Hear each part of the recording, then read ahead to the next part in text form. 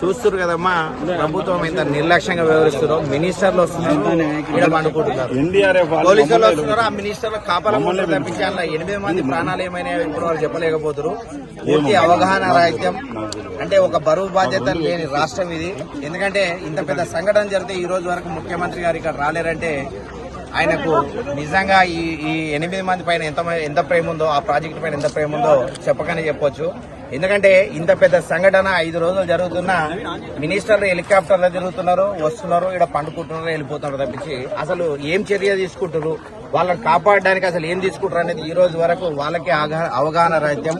ఒక్కొక్కరు ఒక్కొక్క సందర్భం చెప్తుంటారు. ఓరేమో వాటరు నీళ్లు అంటారు, ఓరేమో బురద ఊరుకుపోయింది అంటారు, ఓరేమో ఇంకా అయిపోతుంది 2 నిమిషాలు వస్తారంటారు, ఓరేమో ఫోన్లు మాట్లాడుతున్నారు స్విచ్ ఆఫ్ అయినాయి అంటారు. అంటే 8 మంది ప్రాణాలు గాల్లో పెట్టి హెలికాప్టర్లు వస్తున్నారు, ఇక్కడ లోపల పోలీస్ సెక్యూరిటీ పెట్టుకుని వాళ్ళు వండుకుంటారు తప్పించి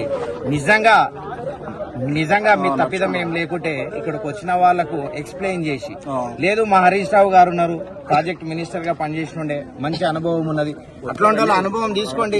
ప్రపంచంలో ఎక్కడున్న వాళ్ళ అనుభవం ఎందుకు, మన తెలంగాణలో కూడా అనుభవిస్తున్నారు. హరీష్ రావు లాంటి వాళ్ళు చాలా మంది ఉన్నారు, మంచి మంచి ఎక్స్పీరియన్స్ ఉన్న ఇంజనీర్లు ఉన్నారు, ప్రాజెక్టులు కట్టిన వాళ్ళు ఉన్నారు.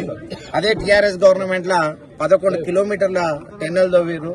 ఆ 11 కిలోమీటర్ల ఎందుకు ఆ సంఘటన జరగలేదు? వీళ్ళు అసలు మినిమం పొద్దుగాలని హరీష్ రావు గారు కూడా చెప్పారు, వీళ్ళు ఒక 10 మీటర్లు కూడా ముందరకు పోలేరంట అని చెప్పి. అంటే ఇంత నిర్లక్ష్యంగా వ్యవహరిస్తున్న మెయిన్ ఎవరైతే ఈ ప్రాజెక్టు పర్యవేక్షణకి ఇప్పుడు ఎవరెవరు మినిస్టర్లు వస్తారో దానికి పూర్తి బాధ్యత వహించాలి.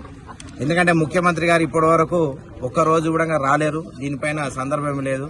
ఆయన పోతున్నాడు, ఎలక్షన్ల గురించి మాట్లాడుకుంటున్నాడు, ఆయన బిజీ షెడ్యూల్ అంట, పోయి ప్రధానమంత్రిని కలుస్తాడు. కానీ ఒక ప్రధానమంత్రి దగ్గరకు పోయినప్పుడు దీని సంఘటన ఏంది, ఇంత పెద్ద సంఘటన జరిగింది, దీన్ని ఎట్లా ఎదుర్కోవాలంట అని చెప్పి కనీస జ్ఞానం కూడా లేదు ఆయనకు.